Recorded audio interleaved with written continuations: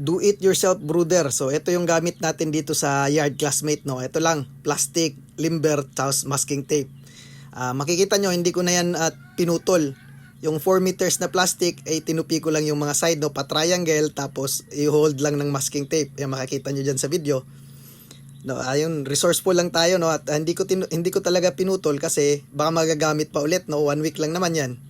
At sa loob naman, ito pailaw natin. Be resourceful lang din tayo. Ito yung gamit ko sa pagtatato. Ito yung table lamp, no.